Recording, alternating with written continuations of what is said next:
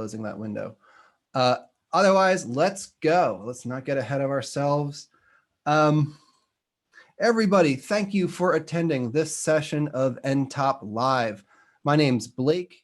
This is the second in a series of what I'm calling intermediate modeling techniques in nTop. I'm trying to show you sort of a path to becoming an advanced user. There's a lot of power here that you can only really access by learning some new ways of thinking. And this is a series to try to show you those skills. This is a part that a few of us play around with because it shows the kind of thing you can do when you combine together several of those skills. In the last session, I spent some time showing you how to create fields for multiple surfaces to warp things and getting control of wall thicknesses when warping things. That's a building block to creating this part. But another important building block is the ability to plumb these things into heat exchanger-like shapes where we have one domain here and another domain there and another one flowing through here. And so the focus of today's session is folding up space over and over on top of itself to create these convoluted interlocking shapes. All right, let's get started. Start with a new session. And as a reminder, everything you do in nTop, we kind of have two ways of dealing with shapes. One is most of the tools are designed to work kind of like a CAD system where you think about things as solids. And that's fine. For most users, it's a good way to get started because it works a lot like you're used to working with CAD.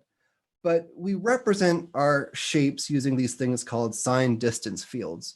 And those have interesting properties of their own. So we're going to work in the representation of fields and stop thinking about them as shapes. This is not a good introduction to that topic. I spent a little more time in the previous webinar. I know other application engineers have visited it. We have blog posts on it. If the idea of representing a shape with a field sounds crazy to you, you're going to be very lost as we proceed here. Okay, so we've made some gyroids. Well, we have some gyroids. We have a cube. We'll give it some size. I like to set up my variables right away. I like to call that period. This is our shape. Let's go ahead and call it that. And we made it with the cube. It's a good reminder that we'll communicate that that's actually a body. And now we can intersect these together. Actually, let's do a bounding box. So when you're working with fields, it's usually more convenient to not worry about dimensions. And in that way, we can work with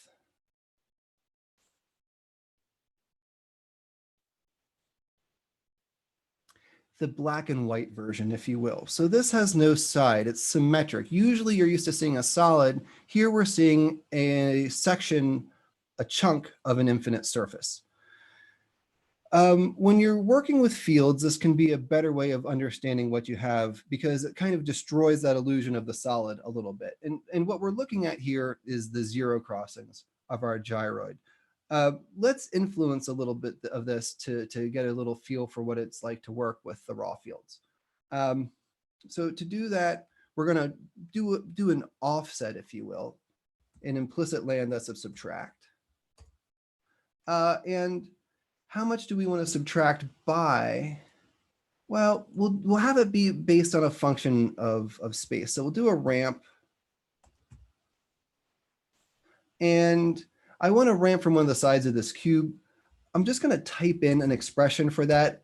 You can justify it to yourself that this is a plane centered 5 millimeters from the origin in the x that's x normal. And here at about, say, 1 millimeter away, we're going to want it to be uninfluenced. But at the edge itself, we do want it to be influenced.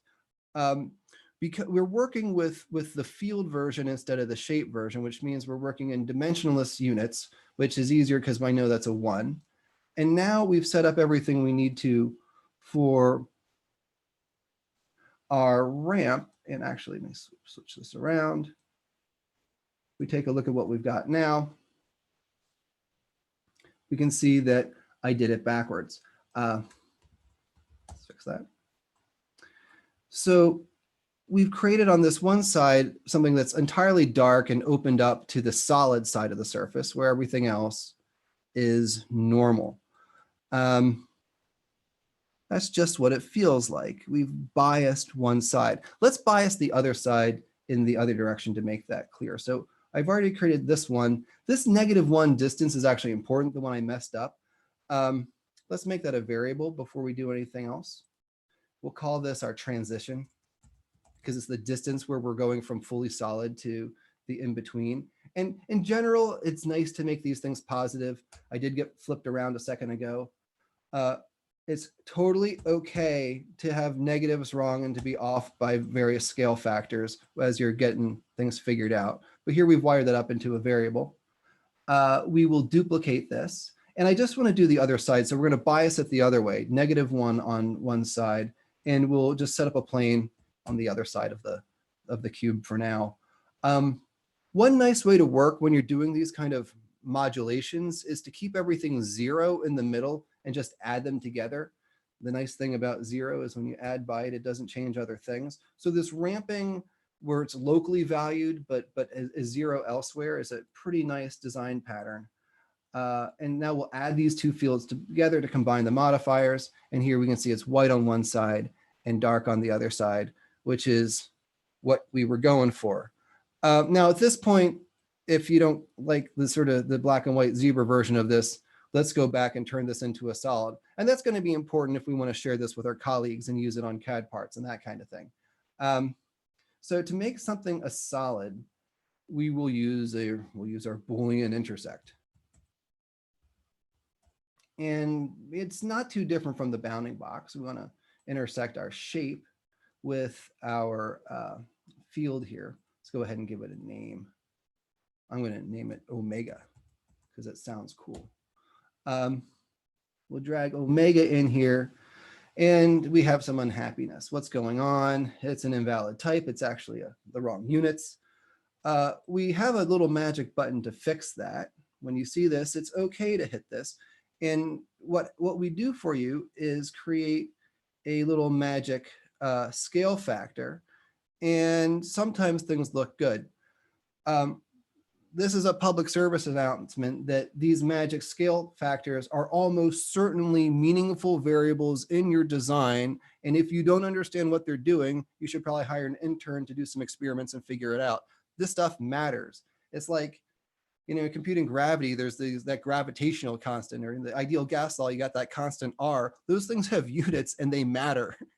And typically those numbers are deeply meaningful. So don't, if you're going to, fudge factors are great, but understand they probably have meaning. How the heck can we figure out what the right fudge factor is since you say they're so important? Okay, let's take a look at our field and give it some contours so we can get an idea what's going on. And it's close, but you'll see that if we were looking at this as a topographic map, we'd be climbing more uphill in the places that are influenced by our gyroids than the places that are influenced by our cube. And by changing the magical fudge factor, we can change that slope in the neighborhood of the gyroids. Our goal in not having this be a stupid fudge factor, but instead be a meaningful variable, is to have it have the same slope as the other fields, which is roughly Euclidean, which is roughly a gradient length of 1. How do we do that for a wave? I'm just going to cut to the chase. The scale factor is the quarter period of most wave-like things. So most of the time, you're just going to take your period here. And if we want to see numbers, we can do it like that and divide it by 4. And this gives us what we expect to have as a nice slope. So the advantage to working with the dimensionless fields is that you don't have to worry about these fudge factors, but eventually you do have to ship it, in which case it's your responsibility as the techie who understands this stuff to make it nice and smooth and package it for your customers.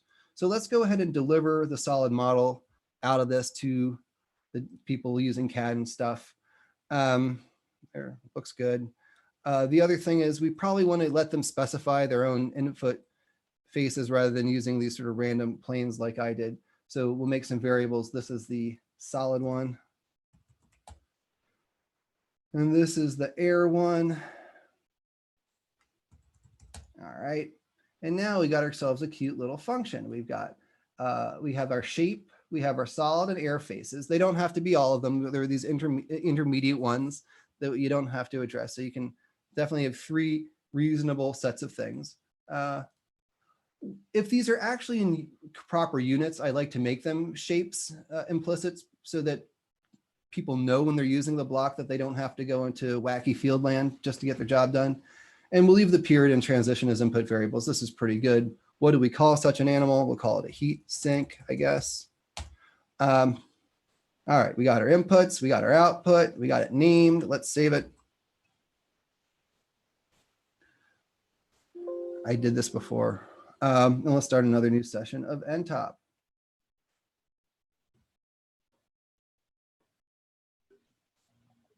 Okay, I looked up at the question panel, no new questions yet. Hopefully I haven't freaked anyone out too much by this. Now, let's drag in some CAD stuff. Today's CAD parts come courtesy of Christophe Pocari, who a few years ago uploaded this beautiful cylinder head. Like all CAD parts, it's got some funny qualities to it. But oops. But it's a good one because it's got lots of crazy CAD surfaces everywhere. And chances are, if you're making something lightweight or making a heat exchanger, it's also going to have lots of crazy CAD surfaces. And I don't like cheating, which means you have to use crazy CAD surfaces off the internet. Otherwise, it doesn't count. All right, so we want to work with this in nTop. The main action there is you right mouse on it and you say, I want to make this into a implicit body. So we'll give these guys names. Also, in general, you want to work with them coarsely when you're getting started, and then eventually you can crank up your tolerances. This is our solid part. Over here, I've separated these out in CAD. I just grabbed all these faces and split them off the B-rep. This is where I think the faces can be exposed to air. So we'll call these our air faces. And when you're using things as modifiers, you don't need the same kind of tolerance you do when you're doing precise modeling. Usually something about an order of magnitude coarser, you won't even notice the difference and it'll speed things up a little. And then we have these other faces here. You can see all of the gorgeous.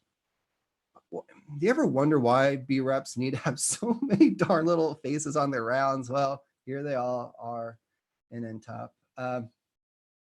Okay, so we'll call this guy, also give it a low tolerance. And we'll call this our, actually, these are our solid faces. This is our part. We got our part, our air, and our solid. All right, that took a second. Usually getting organized and prepped in CAD makes things faster later. As I'll show you, we'll bring in our heatsink part, we'll use it. And here it's got our inputs and stuff where we expect, but we'll put the part in the shape, we'll put the solid in the solid, and the air in the air. I'm going to increase the period a little bit so you can see something. And let's see what we got. So we're hoping that these faces stay solid and that all this sort of dark region in there gets filled with lattice. And there we go. We'll turn off the surfaces. It looks pretty good. When you're working on real geometry with high resolution, it helps just to look at little pieces and sections of it at a time. That's one of the reasons I like working inside the compound blocks. Go ahead and do a little photo render here just to see all the sharpness. And we can see we have a beautiful sharp edge here between the heat exchanger parts and the rest of the model. You do see inside the holes, the lattice is poking through. And that's probably the last thing you want in a cylinder head. So I did skip over the thing that would make that solid. So let's take a step back and look at some of the theory behind this so we can get to the interesting part.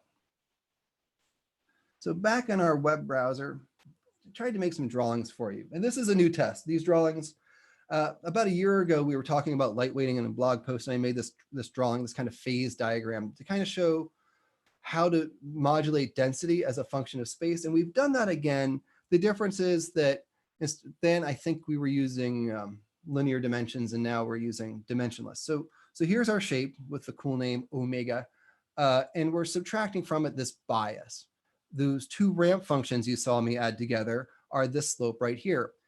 If you were ever wondering why the ramp function is called ramp, this is why. It actually comes from signal processing. nTop's just a 3D synthesizer. Instead of this being a time dimension, it's 3 spatial dimensions. So this is space, and as a function of space, here we had our air faces and we had our solid faces. What we didn't do is leave an extra little bit of room for wall thickness, and I'll go back and show you where we would have put that in one of the ramp functions. But in the interest of symmetry and time, we left that out of this particular demo, and that's why we were poking through. If there's one takeaway from this whole long ramble that you're going to see, it's the following. Here we just showed a little bit of offsetting and bias. And look at picture this expression. We're going to jump forward into this expression on top, where our omega plus minus bias has been put into the middle of an ABS, and then we're subtracting this thing called thickness. This is how you make a thin walled shape. This is how our thickened surface and shell blocks work.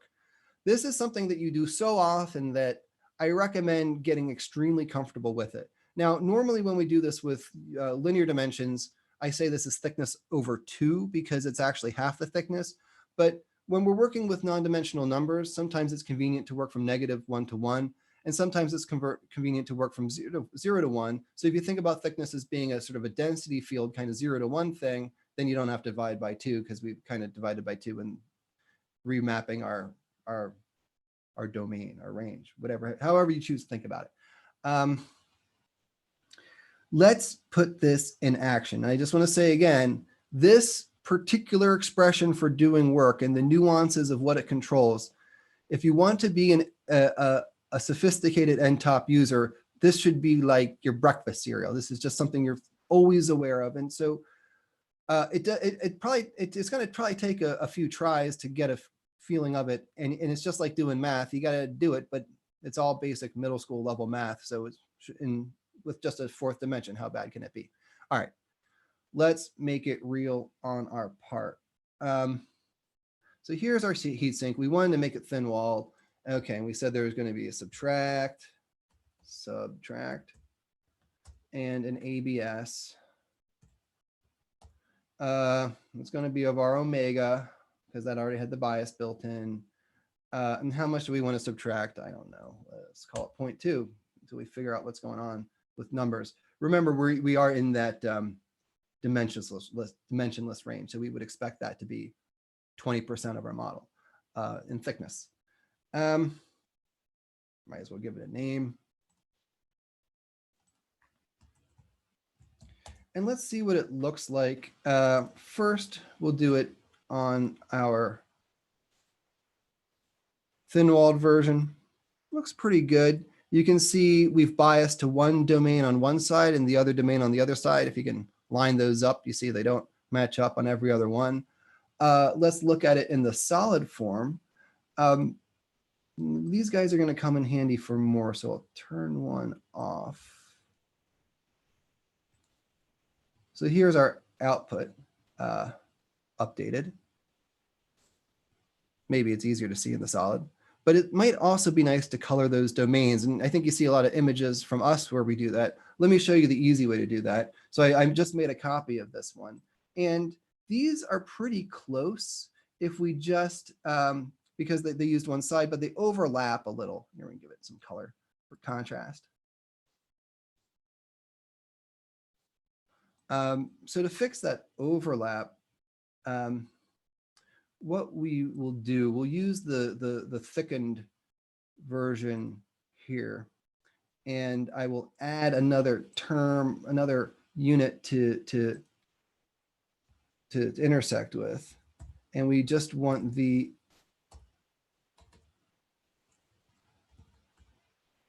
other side of this, so we use the negative of it. And there's one zone. If we want to color the other one, we'll duplicate this again. And instead of using omega, we'll use the other side of omega. And maybe give it a different color. There we go. So here we got red and blue stripes for the two different zones. Now, we want to use this for real work, not just making cool things on the screen, which means we're going to need to mount this to something. And I don't know how you would expect to mount this little chunk of space into something. So let's work on that a little bit harder. We want to see what happens where these two domains meet each other. And I've conveniently, in this example, kept them separated. Let's end that. And we'll just switch this over to being a plane on one of the other sides in the Y direction. And here our fields fill in. And this edge of interest is right here, where these come together. It's a little hard to see what's happening while we're looking at those colors. But this edge, I mean, if we wanted to mount something someplace, it would be right along there, but there's no useful material to do it with. And at this point, I think most users would be like, okay, well, I got to come and model something or do something in CAD. And this is one of the places where working with fields just gets you so much farther along, because we can change our thickness here to deal with it. So the statement is, in the neighborhood of areas we're seeing both of those selected regions for the inlets and outlets of both of my domains, in the area where those things are close to each other, that's an edge-like place where we want to mount stuff. And therefore, we need, if we could just say this is the zone, then we could then ramp the thickness and get it done. All right, how are we going to do that? Well, we already have our thickness variable right there. Let's keep that in mind. So this is our thickness. And that's the thing we need to change. So it's going to be a ramp. And like I did practice this once before, taking your time today. But seriously, this is what it feels like to reason this out. And I might even get it wrong after practicing it 3 times. So first of all, we need to be in the neighborhood of this edge. That's going to be an intersect of anything close. I'm going to take some ABSs because we don't care what side we're on of our two inputs, these guys, air and solid. Sustain disbelief for a second. We want it to go something sort of, we need it to be nice and thick. We'll go from say 3 to 4 millimeters out. And at 3, which is closer to the unit, we want it to be totally solid. So we'll bias all the way over no matter what happened. But in the more remote areas, we want it to be this thickness variable that we just defined. And we'll have it be linear taper. I hope that's right. Let's find out. Oh, all right. So we could have gotten the sign wrong, but we didn't. We can see now we've given her some nice fat solid material here where we can drill and tap some holes and mount some sort of flange or something. You can see that's kind of square in shape. That's what happens when you do max and ABS. If you, for some reason, wanted this to be more rounded, or you ever want to make a tube-like structure at the intersection of two fields, instead of doing max ABS, do the square root of the sum of the squares of the fields, and it makes a circle, just like x squared plus y squared minus r squared equals circle. Sort of. So, all right, we've made this guy thick. We've gotten our other two domains. I guess we should probably show those off. We've even gone borderline accidental patriotic for those of you living in America. That's okay. All right, we're still outputting the thing we want to output. We don't really need, we could add our thickness parameter to the inputs, but let's not bother. Let's just see how this looks on our CAD stuff. I'll save it, minimize this window, come back over here, and we'll re-import our now saved heatsink for an update, and it's going to recompute. And it's going to recompute wrong.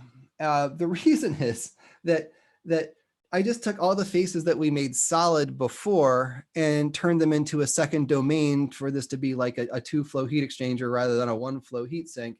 And this is clearly the wrong part for this. We don't even, we haven't even picked out inlets and outlets. So at this point, it's just going to be stupid But it is kind of neat to see all these edges.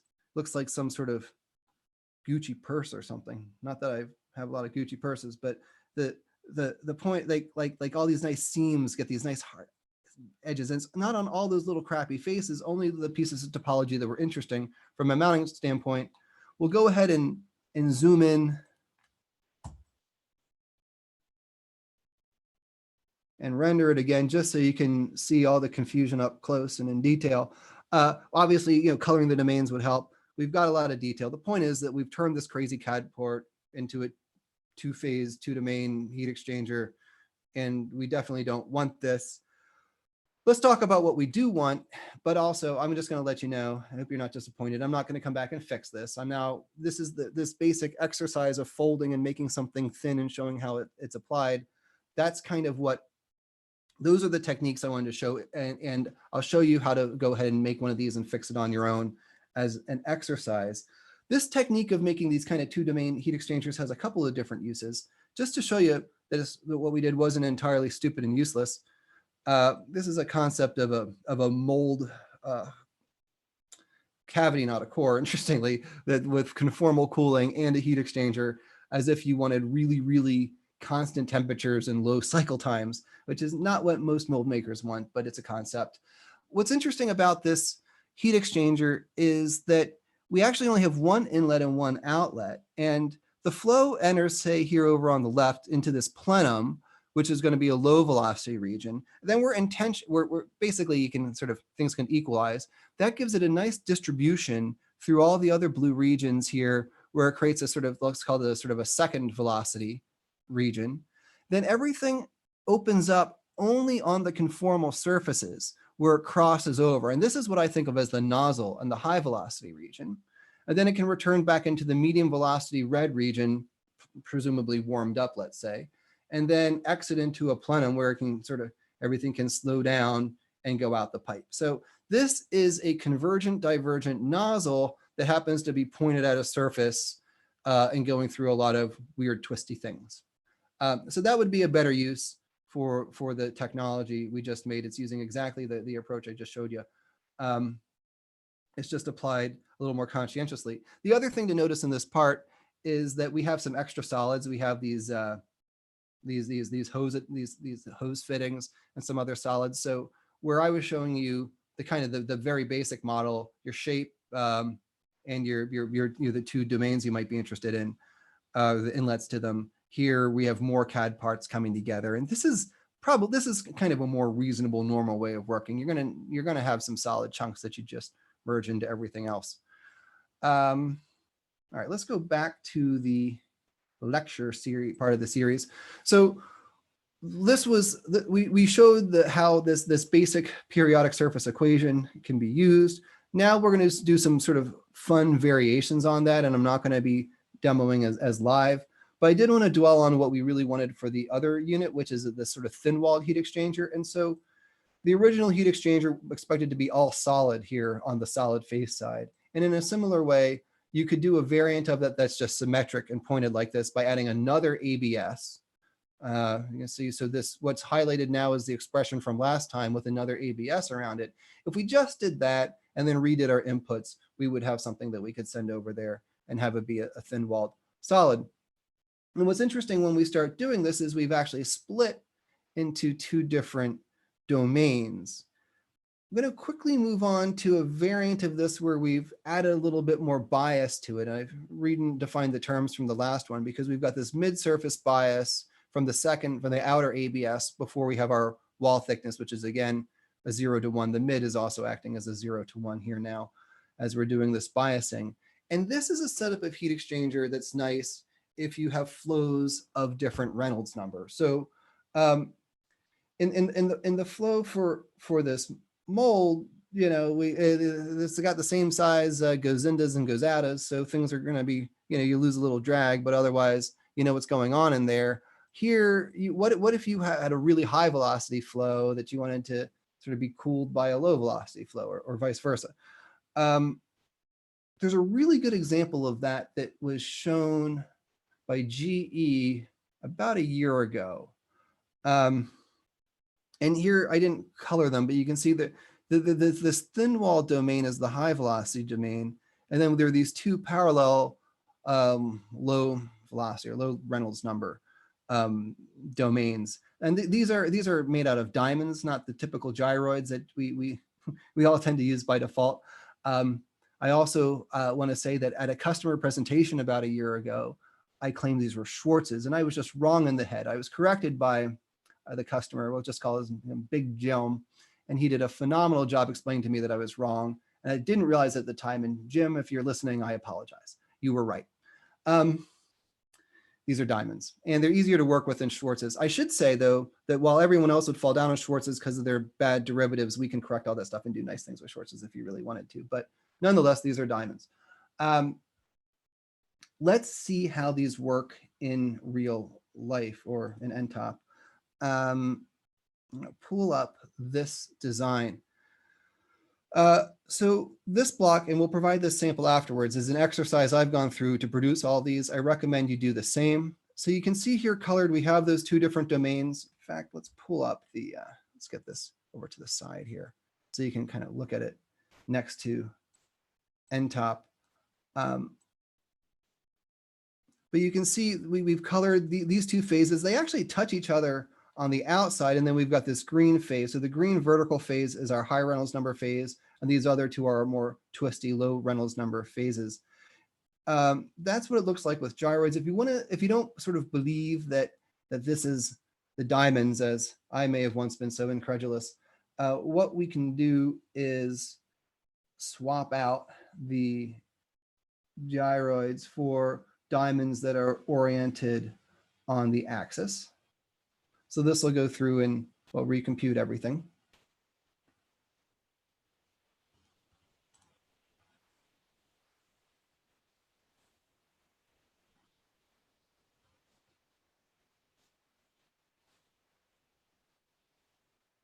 And here we can see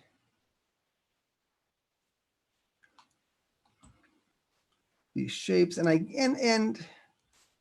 maybe I'm not going to quite convince you now that these are the same as those. Maybe if we go into a cross section here and we'll orient that in our Y direction. But you can see here that these are really those these blue walls in our design are significantly thicker, but it's the same idea. So now you know how to make one of these GE heat exchangers if you were wondering what that was all about. Making the CAD part with the crazy shape on the outside we'll leave that as an exercise for y'all as well. The other thing you might be wondering as you see these kind of crazy Matisse-like shapes on the outside is, okay, how, what if I wanted to actually have these flows be separate? And I'm not sure that's a reasonable thing to want to do, but I'll show you how to do it. And if we go back and think about the shape, there's a sort of another free parameter, which is the sort of the line and symmetry of it. And we can sort of bias that whole thing up or down. That's what I mean by the mid value right here. And so let's bias that mid value. Right now it's set up to be the splitting surface itself, but we could, if we prefer, just split it down the middle.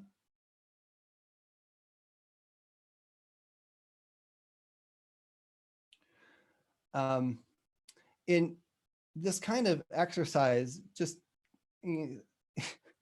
like this is probably not a free parameter that you realized you would have, and that you can just say, okay, maybe if you're making a very efficient heat exchanger, you could separate these into two separate flows and have it sort of be kind of counterflow in the crossflow, if you know what I mean. I don't know if that's a good idea or not, but you might also say, well, wait a minute, does it have to be one or the other? Can I blend from one to the other? And you can see here, I've just taken, here's my symmetric version and the split version I swapped out. Let's just ramp from one to the other. It's that easy sometimes. There have been many days when I've tried to think about something like this and I've made it way too hard on myself. When I realized, like, if on the left side, I've got one thing I like, and on the right side, I got something else I like, just figure out a reasonable interpolation field and blend from one to the other, because it has to work in the middle. It may not work the way you want it to, but something's going to happen. And so here you can see on one side it's mixed and on the other side it's separated, and somehow in the middle of this it figures it all out. And because of continuity and stuff, like your thin wall is always going to be there. You may have to make sure your gradients are right. It's gotten a little pinched here as we showed in the last session, but you can do it. All right. So this brings us to our final chapter of the session, which is, and I've looked up, there are still no questions, which means I've either completely lost everybody or it's a good time to start thinking about questions, because I'll be looking to take some in a minute. But let's take a look at the reactive version. And again, in the interest of full disclosure, I completely made this up.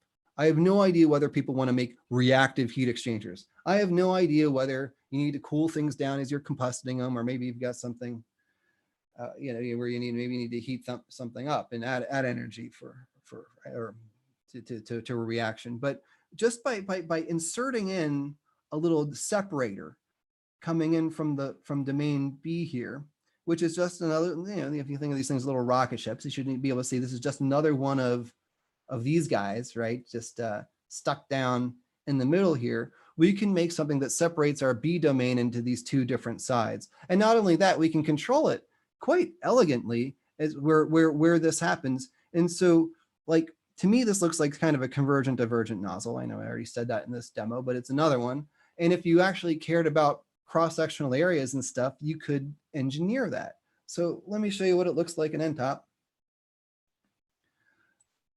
Here we go. And these are, I'm using the same colors in the illustration. I'll pull it up again in a second. The side-to-side flow is the same setup as before with all the freedom, but you can see that there's a slightly darker middle line here, and we've colored these domains a little differently. So this sort of, these two colors react to form the middle color there along this line of separation. Of course, just like anything else, this could be any arbitrary surface from anywhere that is where you're putting your flame front or whatever, your mixing nozzle zone. I feel like there may be some burden of proof needed to show that what's going on here is what's going on in that diagram. So let me try to do that. And we'll swap the shape out again from the gyroids. We'll just throw in the good old-fashioned triangle wave. And it'll go through and recompute everything. We'll go back into let me pull this up so we can look at our diagram next to it.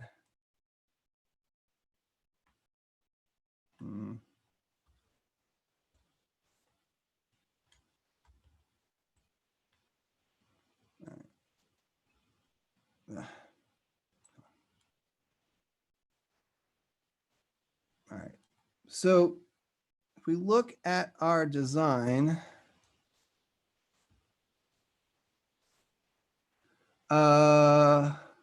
so if we zoom in close enough, there we go. We can see we have the one domain and the other domain reacting here, there.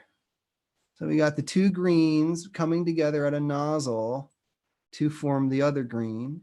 And we can see we're alternating back and forth between the yellow and orange ones. So you can see this is just a mirrored pattern of this phase diagram here on its side. And then to separate these, because I figure if you actually did want to make something like this, you're going to have separate reactants before they get reacted. You need to do the whole shuffle over. So you can see here in the middle, we are interpolating to shuffle over from, so that on one side it only sees these, and the other B minus, and the other side it sees B plus. Again, these don't link up because we just did it with a bunch of planes in one direction, but it's a good way to visualize what's going on. And so here we'll have some fun. Let's use axis-oriented gyroids, and we'll take one final look at the shape. But it goes to show that in doing something like this, this is, if you think about this as like a sketch in CAD or like a feature-based model in CAD, it would have, I don't know, 12 dimensions. You could put it on a drawing and you'd have those dimensions. The problem is that the dimension upward here is the fourth dimension, the density dimension. And I don't know how to make a detail. Well, this is like a detailed drawing view where one of your views is that other dimension. Not only that, it doesn't need to be a linear dimension. It could be whatever you wanted. So you can just do what you want and with all these free parameters. And I don't know what you're going to do with it. I'd like to find an application for these reactive type of vessels. But if you can think of it, and if you can imagine a structure where you're overlapping shapes or you need to get flows to interact with each other and plumb them and mix them, I'm pretty sure you can do it. And I'm pretty sure you can do it with our software. So I hope that was interesting. This is one of 3 major building blocks that I would call intermediate, and that when you start putting them together, you can go get some pretty crazy stuff out and apply it to real geometry in pretty sophisticated ways. So we will continue showing more advanced techniques in more of these nTop live sessions. Thank you very much for your extended time today. I'm now looking at the question panel and I'm not seeing any more questions. So I'm going to assume that I've completely lost everybody. We'll put the parts up on the internet with the video. You can get in touch if you have any feedback and or other questions for future sessions. And again, thank you very much. Hope you had fun.